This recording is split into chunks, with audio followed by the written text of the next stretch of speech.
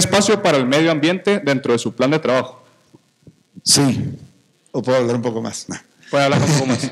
No, sí, definitivamente, miren, el medio ambiente es importantísimo. Yo siempre digo, ¿por qué el medio ambiente mejora el ambiente entero? Tenemos que trabajar en programas que promuevan todo lo que sea protección del medio ambiente, pero eso sí, siempre y cuando tengan sentido económico.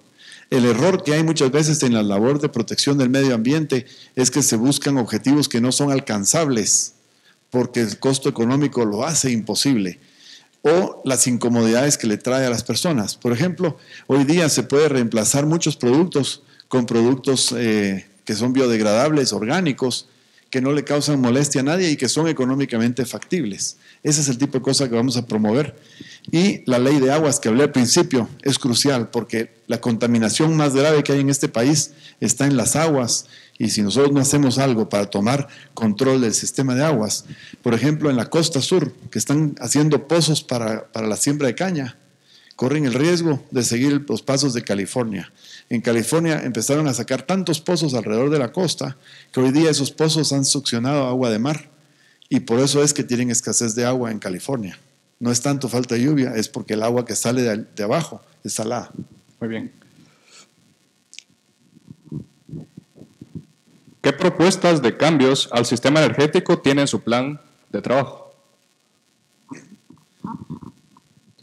Simplemente promover la inversión en temas de generación eléctrica y de otros tipos de energías que se requieren de forma que sea sostenible y que sea eficiente en cuanto al medio ambiente y reducir el uso de petróleos y ese tipo de cosas no ¿cómo se dice? No renovables, gracias. Pero siempre enfocándonos en que sean cosas que hacen sentido económico, porque si vamos a pretender políticas que no son eficientes financieramente, jamás se van a llevar a cabo porque nadie va a querer hacerlo. Y si el gobierno lo hace, nos vamos a ir a la quiebra nosotros como país. Muy bien. ¿Qué propuestas tiene para promover a la pequeña y mediana empresa?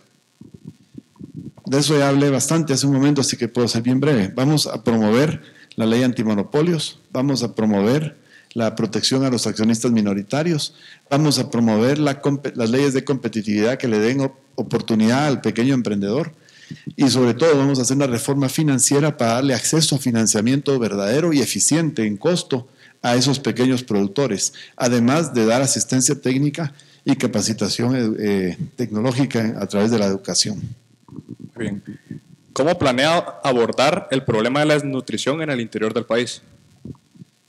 El problema de la desnutrición es severísimo. 50% de los niños hoy en día sufren de desnutrición. Hay dos pasos que hay que hacer. La única solución permanente y verdadera es la generación de empleo y beneficio económico para la población, de manera de que tengan dinero y puedan alimentar a sus hijos debidamente. Además de un programa de educación paralelo que eduque a la gente en términos de nutrición para que puedan alimentar a sus hijos mejor. Pero mientras eso se da, hay gente muriendo de hambre. Y por eso es que los programas sociales que existen hoy en día, aunque son corruptos y totalmente politizados, son necesarios, pero no como están hoy. Y yo propongo una reforma completa del programa de la bolsa de comida y convertirlo en algo distinto. Voy a tratar de ser muy rápido en este tema. Son 1.900 millones de quetzales asignados a la bolsa de comida. Ese dinero se va en todo tipo de corrupción. Yo propongo cambiar ese programa y crear lo que le llamamos la tarjeta de remesas familiares. Asignar ese presupuesto que dividido entre el número de familias más necesitadas nos da 7.200 quetzales por año, o sea 600 quetzales por mes. La idea es crear una tarjeta de débito con un saldo inicial de 600 quetzales que cada mes es reembolsado por el Estado, de manera de que la madre de la familia más pobre tiene una tarjeta de débito, que tiene un saldo de 600 pesos. Y con eso ella puede ir a los comercios, a los mercados, a las tiendas de su comunidad y adquirir los alimentos que ella necesita. Ella decide en qué gastar. Ya no es el gobierno, ya no hay compras, ya no hay corrupción en eso, es todo automatizado y vigilado por la Superintendencia de Bancos porque es a través de banca. Los beneficios. Los comerciantes van a tener que poder recibir la tarjeta porque van a querer recibir la tarjeta y para ello tienen que tener una cuenta de banco. Para tener una cuenta de banco se tienen que formalizar. Ventaja número 1, vamos a combatir la informalidad económica. Segundo, tiene que tener una cuenta de banco. Eso quiere decir que empiezan a tener relación bancaria y les abre la oportunidad de crédito en el futuro. Ventaja número 2. Ventaja número 3. 600 quetzales por familia en una comunidad. Imaginemos una comunidad pequeña con 100 familias beneficiadas. Son 60,000 quetzales al mes que van a circular en esa economía. ¿Y qué hace una circulación de dinero en una economía? Causa desarrollo. Porque va a ir al consumo, a la productividad de la comunidad. Entonces convertimos lo que hoy día es corrupto, clientelar y politizado, lo convertimos en un programa de ayuda verdadera y que además va a ayudar a desarrollar, porque va a ser esa chispa que va a arrancar el desarrollo en las comunidades más remotas. Muy bien. ¿Cuál es su postura clara con respecto a la legalización del aborto? ¿Del aborto? Sí. Este es uno de los temas más controversiales que se han convertido a nivel mundial. Yo quiero manifestar que yo estoy convencido de que la vida realmente empieza en la concepción y considero que el aborto es algo que no es permisible. Habrá algunos casos en los que se pudiera justificar, pero el problema es que cuando se crean excepciones se empiezan a causar todo tipo de abusos porque las excepciones motivan a eso. Yo estoy en contra del aborto, sin embargo, estoy a favor de promover la madurez y ¿cómo se llama eso? La prevención de los embarazos mediante los diferentes sistemas que existen. No hay necesidad de, si uno es responsable en su vida y en sus decisiones, puede hacer lo que quiera, puede vivir como quiera su vida, tener las relaciones que le dé la gana a la persona, porque hay mecanismos otros que corregir un error a través de un aborto. Yo creo que en el momento que se empieza el embarazo hay que tomar la responsabilidad de los actos que uno ha cometido. Prevenirlos todo lo que quieran, pero el aborto yo lo considero que es un homicidio porque es una persona viva que se le está cortando la vida solo porque uno egoístamente quiere protegerse uno mismo. Pero hoy en día ya no hay razón para que esos embarazos no deseados ocurran, porque hay suficientes mecanismos y hay educación suficiente para prevenirlos. Si usted llegara a la presidencia, ¿la CICIG permanecería en su gobierno, sí o no? Definitivamente que sí. Lo que estamos viviendo en estos días con esta corrupción y gracias a la CICIG es que se ha destapado este clavo. Si no estuviera la CICIG hoy en Guatemala, estaríamos todavía con los ojos vendados, yendo directos al desastre. Nosotros vamos directos a lo que ocurrió en Cuba, a lo que ocurrió en Venezuela y en otros países donde la corrupción consumió la riqueza del país, la riqueza del pueblo y los ha convertido en esclavos de la miseria. Y en Guatemala estamos en ese camino y la CICIG es un vehículo para ayudarnos. Pero eso sí, que se enfoque a la impunidad y a la corrupción y que no se introduzca en otros temas históricos y de otros temas que son de carácter ideológico como había ocurrido en el pasado. Muchas gracias. ¿Qué impacto cree usted que tiene el gasto en publicidad y en qué otro aspecto lo invertiría? La publicidad es algo necesario en una campaña, porque si yo no hago un poco de publicidad, ¿cómo diablos saben quién soy y qué es lo que vendo, verdad? O sea, cuál es mi propuesta, cuál es mi idea. Pero la publicidad política tiene que ser medida. El Tribunal Supremo Electoral estableció ya un costo, un máximo de 58 millones de quetzales que se puede invertir en la campaña, y la campaña, de acuerdo a la ley, está en la ley que empieza del 2 de mayo al día de las elecciones. Y yo creo que esa se debe de cumplir. A ustedes les consta que en el Partido Avanzada Nacional no hicimos campaña anticipada, ni estamos abusando de la campaña. Ustedes no ven abusos de nuestra imagen en ninguna parte. Hemos hecho lo que hemos podido con los recursos que tenemos, dentro de lo que nos permite la ley, y no vamos a exceder eso. Ahora, los que lo han excedido han sido todititos los demás partidos, porque todos mis oponentes hicieron campaña anticipada de alguna naturaleza, ¿cierto? Todititos, sin excepción de uno. Y muchos, por lo menos hay uno o dos, que ya excedieron el techo presupuestario.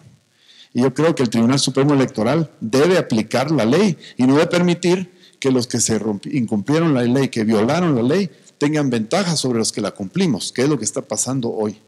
Así que nosotros hemos actuado, hemos denunciado todos los abusos de otros partidos y hemos actuado, presentado una acción de amparo hace 2 semanas en contra del Tribunal Supremo Electoral, solicitando que apliquen la ley y que no permitan a los partidos que ya excedieron su cupo sigan haciendo publicidad.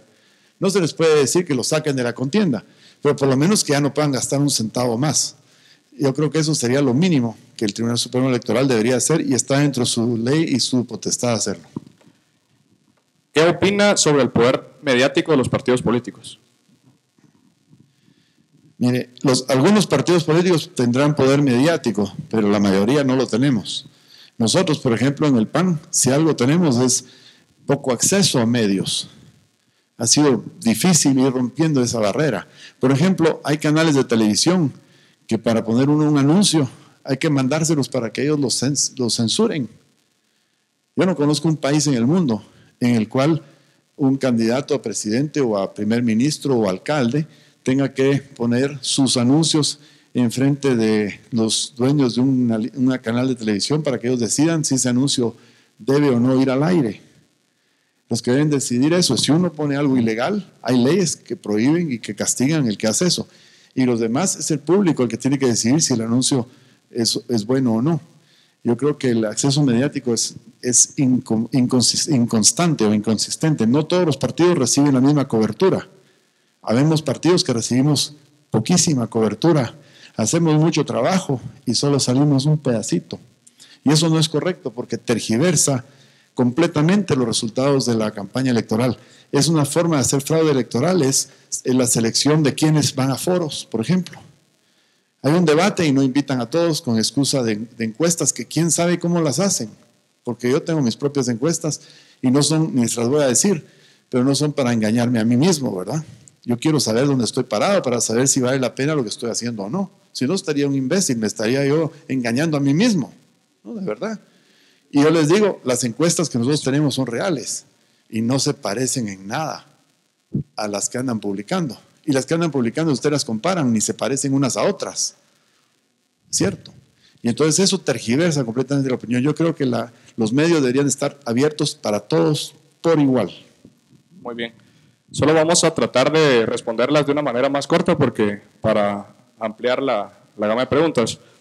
¿Por qué un empresario como usted se interesa en tener un puesto gubernamental? ¿A qué intereses responde? Miren, Guatemala ha sido un país que me dio a mí mucho. Yo he tenido privilegios que muchos otros no han tenido. Y he tenido la suerte de tener mucho éxito. También he trabajado muy duro.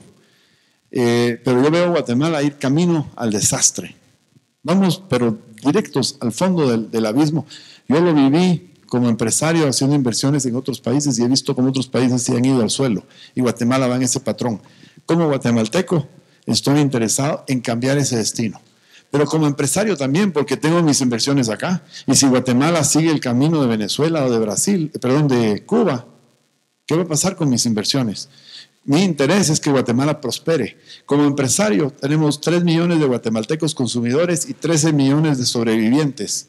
Si podemos tener 16 millones de consumidores, ¿vivimos mejor todos o no? Mi interés es que Guatemala mejore porque yo voy a mejorar con ello. Muy bien. ¿Cómo planea reducir y controlar la deuda externa? La deuda externa es facilísimo de controlarla, porque como ya hablamos al principio, tenemos una crisis exagerada de corrupción. Con que eliminar la corrupción ya no vamos a tener déficit. Y la deuda externa pues la iremos pagando acorde a un plan de pagos lo más agresivo posible, pero sin que limite las actividades del gobierno. Muy bien. ¿Estaría dispuesto a rebajar su sueldo si llegara a ser presidente? Primero quiero dejar claro que toda persona que hace un trabajo merece un sueldo. Y no importa si es del gobierno o si es privado, si es en cualquier profesión. Todo el mundo merece compensación por su trabajo. El salario del presidente de Guatemala es uno de los más altos en Latinoamérica. Dicen que en el mundo, a mí no me consta eso. Yo en lo personal no tengo necesidad de cobrar el salario, pero también sería irresponsable venir y decir no, que le quiten el salario al presidente, porque entonces ¿quién va a querer ser presidente en el futuro? Yo creo que considerar una reducción del salario del presidente es algo que se puede considerar, pero ¿no les parece que es más importante quitarle todas las ventajas que tiene por la corrupción? Quitarle los gastos confidenciales, todo lo que se roban en todas las demás transacciones que se hacen. Si queremos tener gente honrada, la tenemos que pagar bien. No se trata de mí. Yo en lo personal estoy dispuesto a considerar la posibilidad de donar una parte o la totalidad del salario, pero no de no cobrarlo, sino de donarlo a algún tipo de función social, a una fundación que haga obras públicas o de caridad, o alimentar niños hambrientos, una cosa de ese tipo, con mucho gusto. Pero no podemos crear un precedente que vaya a hacer que nadie más quiera volver a ser presidente después. ¿Está dispuesto a eliminar los aranceles de importación? Sí. Guatemala ha suscrito varios acuerdos de libre comercio con Norteamérica, con Europa, y esos precisamente lo que hacen es eliminar las barreras arancelarias. Yo creo que esos son programas que favorecen a países como Guatemala, porque tienen que ser de dos vías. Si nosotros no vamos a cobrar impuestos de importación, tampoco puede la contraparte. Por ende, yo estoy a favor de hacer la mayor cantidad posible de arreglos de esa naturaleza y reducir los impuestos. Y los impuestos de importación, si existen, deben ser simplísimos, una sola tasa fija, nada de todos esos privilegios que hay hoy en día, porque eso simplemente causa corrupción. Es mejor poco, pero seguro. ¿Podría explicar de una manera concreta su plan de trabajo en la sección de salud? Gracias. Sí, abarca varias el tema de salud es crucial porque es un foco de contaminación y ahí es donde muere más gente directamente a consecuencia de la corrupción. Y como dije antes, yo propongo que se reforme el ICS convirtiéndolo en una institución que va a ser una compañía de seguros del Estado que le va a dar un seguro médico que garantiza a todo ciudadano, no importando su origen, su edad o su estrato social, van a tener el acceso en cualquier centro existencial porque uno llega con su tarjeta de seguro y lo atienden. Ahora bien, si uno quiere cosas extras como cirugía plástica, si quiere ser candidato a algo, yo no sé por qué, a algunos candidatos les encanta andar con esa vaina del plástico. Pero si uno quiere hacerse una cirugía plástica, eso pues lo paga él, ¿va? O la paga ella. ¿Por qué va a pagar el Estado o el seguro por eso?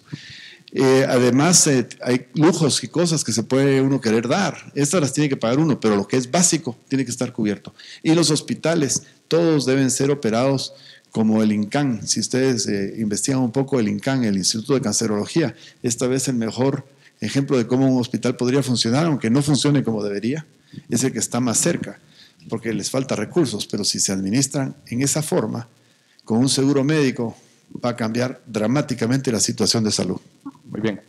En el año 2011, el PAN oficializó su unión con el partido líder. Si sabían en lo que está inmerso este partido, ¿por qué se unieron? Esto lo he aclarado muchísimas veces por internet y lo voy a tratar de explicar lo más claro posible. Nosotros no hicimos una alianza. Lo que nosotros hicimos fue suscribimos un acuerdo con 11 partidos políticos, de los cuales líder era uno de ellos. Y el acuerdo era un acuerdo de gobernabilidad, que si quieren les puedo mandar una copia del documento para que lo puedan ver. Pero era un acuerdo de gobernabilidad y transparencia, en el cual, de quedar ese partido, tendría que suscribirse a ese pacto. Es más, todos los puntos en ese acuerdo hoy día siguen vigentes, deberían de aplicarse. Nosotros suscribimos eso por dos razones fundamentales. Una, porque valía la pena hacer un esfuerzo de crear un vehículo que garantizara algún nivel de transparencia. Y segundo, porque estábamos, yo particularmente, en oposición directa a Otto Pérez Molina y a Roxana Valdetti, porque yo a ellos dos los conocía muy bien, los conozco muy bien. Todo lo que ha ocurrido a mí no me sorprendió porque lo previmos y es más, lo predijimos hace 4 años. Me preguntan hoy día si volveríamos a hacer un acuerdo en el cual el partido líder participara y les diría, después de lo que hemos visto en 4 años, no lo haría otra vez. Ahora, hace 4 años era distinto porque no lo conocíamos como lo conocemos hoy. Acordémonos que cuando uno está parado aquí y mira para atrás, hacia el pasado, todos tenemos visión 2020. Hay que ponerse en el año 2011 y lo que se sabía era distinto. Pero hoy jamás lo volveríamos a hacer. Muy bien. ¿Cómo planea trabajar con el legislativo para que en efecto se autoricen las leyes que menciona? Como vivimos en un país democrático, primero tenemos la esperanza y tenemos los planes de lograr una presencia en el Congreso que tenga suficiente relevancia. Nadie va a tener mayoría en estas elecciones en el Congreso. Les quiero decir, nosotros tenemos en nuestra candidato solamente personas que no han sido diputados, que no son diputados de ahora. No tenemos en ninguna candidatura a alcalde alguien que esté para reelección, ni en el Congreso tampoco, ni en el Parlacén, porque necesitamos inyectar sangre nueva. Ahora, ¿cómo manejar las cosas? Por supuesto, el legislativo es independiente del ejecutivo, pero todo es en base a negociación en el sentido de convencimiento. O sea, si el gobierno tiene necesidad de una ley o que se apruebe algo por el Congreso, tiene que convencer al Congreso y al pueblo de Guatemala que es algo que merece la pena hacer. Si es algo razonable, nadie se puede oponer. Y el pueblo de Guatemala tiene que ser el garantor de eso. Si el Congreso, por razones partidarias, empieza a bloquear buenas decisiones del gobierno, el pueblo tiene la opción de ir a protestar al Congreso y de manifestarse y hacerles saber a esos diputados que jamás van a volver a ser reelectos si es que todavía permitieran la reelección en ese momento. Es un tema de aplicar la democracia y de ser razonables todos, y creo que se puede lograr con relativa facilidad en la mayoría de los casos. Muy bien. ¿Qué soluciones propone para la exportación de azúcar en Guatemala? Yo creo que los señores exportadores de azúcar son personas adultas, con mucho dinero, con mucha capacidad, no necesitan ningún apoyo del gobierno en absoluto. Que ellos hagan su trabajo con la misma libertad que cualquier otro ciudadano, sin privilegios y tampoco sin obstáculos. Muy bien. ¿En su programa de tarjetas serían acondicionadas las transferencias o solo serían automáticas? La condición estará en la concesión de las tarjetas. Únicamente van a recibir tarjetas aquellas personas que estén debajo de la línea de pobreza que está por definirse el monto exacto para determinar qué familias son. Existe la información en el RENAP de dónde están y quiénes son las personas que están en cada estrato, porque hay información muy detallada de eso en el RENAP. Entonces la asignación es sencilla y no es por persona, sino es de acuerdo a quien le corresponde. Ahora, las personas que la reciban van a tener que colaborar en ciertas cosas, van a tener que tomar cursos de capacitación para que puedan optar y encontrar empleos, cursos de nutrición para que puedan alimentar a sus hijos con ese dinero. Los vamos a poner en cursos de ética para que entiendan bien que el mal uso de la tarjeta es perjudicial para ellas mismas. Hay una serie de condiciones, pero sí van a tener que buscar trabajo. Una de las cosas que proponemos es hacer centros de guardería infantil, que las mismas madres beneficiadas cuiden los niños de otras para que las otras puedan ir a trabajar, porque la falta de guarderías es una de las causas de que hay tanta mujer que no puede trabajar. ¿Cuál es su opinión con respecto a aplazar las elecciones electorales? La Constitución de la República dice que el cambio de poder tiene que ser el 14 de enero. Y creo que hasta dice que a las 14 horas. ¿Verdad? Eso quiere decir que esa fecha no se puede mover porque está en la Constitución. Para poder postergar las elecciones, lo más que se podría postergar es a noviembre, como era antes. ¿Qué ganamos con 2 meses? En 2 meses no van a salir nuevos candidatos, no va a haber ninguna cosa de relevancia que cambie la situación, número 1. Y número 2, quien gane las elecciones los va a ganar entre la Navidad y el Año Nuevo y le van a quedar 2 semanas para la transición. En 2 semanas es imposible hacer una transición. Entonces quien tome el gobierno va a tener una desventaja terrible porque no va a tener tiempo de tomar control el día que tienen las llaves del vehículo, como dicen. Ahora, retrasar la fecha de la toma de posesión es un golpe de estado técnico, porque sería incumplir la Constitución. Ahora yo quiero preguntarles a ustedes, de regreso, ¿qué ganamos con cambiar las elecciones de fecha? ¿Qué cambiamos? Lo único que vamos a lograr es que nos sigan gobernando quienes están gobernando hoy. Y yo creo que eso es totalmente en contra de lo que el pueblo de Guatemala ha estado manifestando. Otto Pérez Molina tiene en este momento menos del 10% de aprobación de la población, menos del 10%. Es lo más bajo que se ha visto en el mundo, creo yo. Y quienes quieren que Otto Pérez se vaya del gobierno, casi el 70% de la población quiere que renuncie. Entonces, dejarlo extra solo por cambiar la fecha de elecciones no vale la pena. Muy bien.